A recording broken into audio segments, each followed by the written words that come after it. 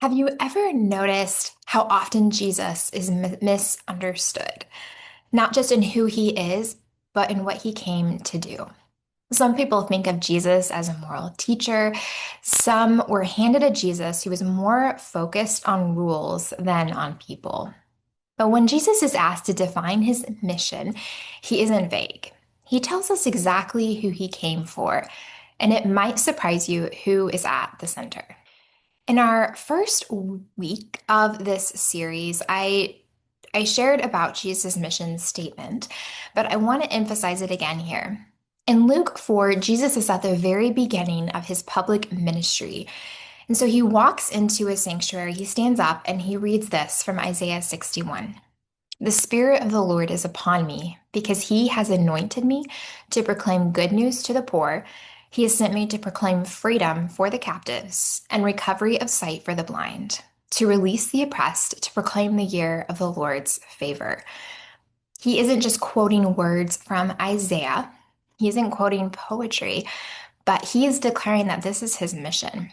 Jesus defines his purpose as liberation, healing, and restoration, especially for those who have been pushed aside and overlooked. When Jesus says the poor, the captive, the blind, the oppressed, he's not speaking in code.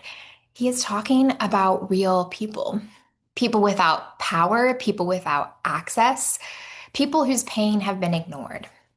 And here's the part that made the religious leaders a little uncomfortable. Jesus wasn't just offering spiritual comfort.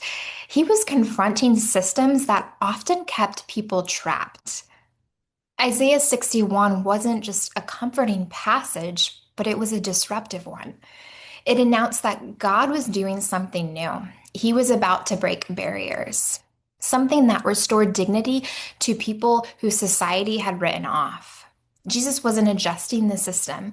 He was recentering it around the wounded. Later in Luke 19, Jesus says plainly, the Son of Man came to seek and to save the lost. The word lost means those who are displaced, those who are disconnected, those who are outside the circle, outside the community. And when you follow Jesus throughout the Gospels, you can see this mission lived out. He eats with tax collectors. He touches the unclean. He listens to women who no one else hears. He restores people before correcting them. Jesus doesn't wait for people to get their lives together, to get everything figured out.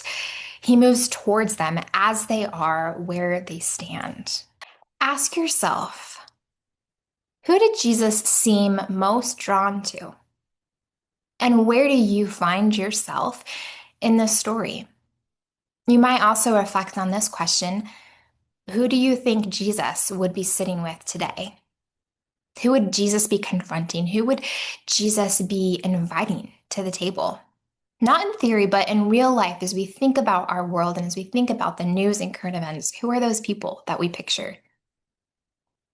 Because if Jesus' mission hasn't changed, then his posture hasn't either. Jesus still moves towards those on the outside. The ones who don't feel like they belong are the ones who have been completely ignored and dismissed. If you've ever felt too much or too messy, you're not too far outside the reach of Jesus' mission, for you are exactly who he came for. And this is why we're walking through Jesus' Playbook together. Not to rush belief, not to clean anyone up, but to see Jesus clearly and let him define himself for us. And so if this conversation resonates with you, I want to invite you into our free community, the Ravens Collective. This is a community for outcasts, skeptics, seekers, those who want to explore faith honestly and without pressure. And so the link is below for you to click, and we hope to see you there.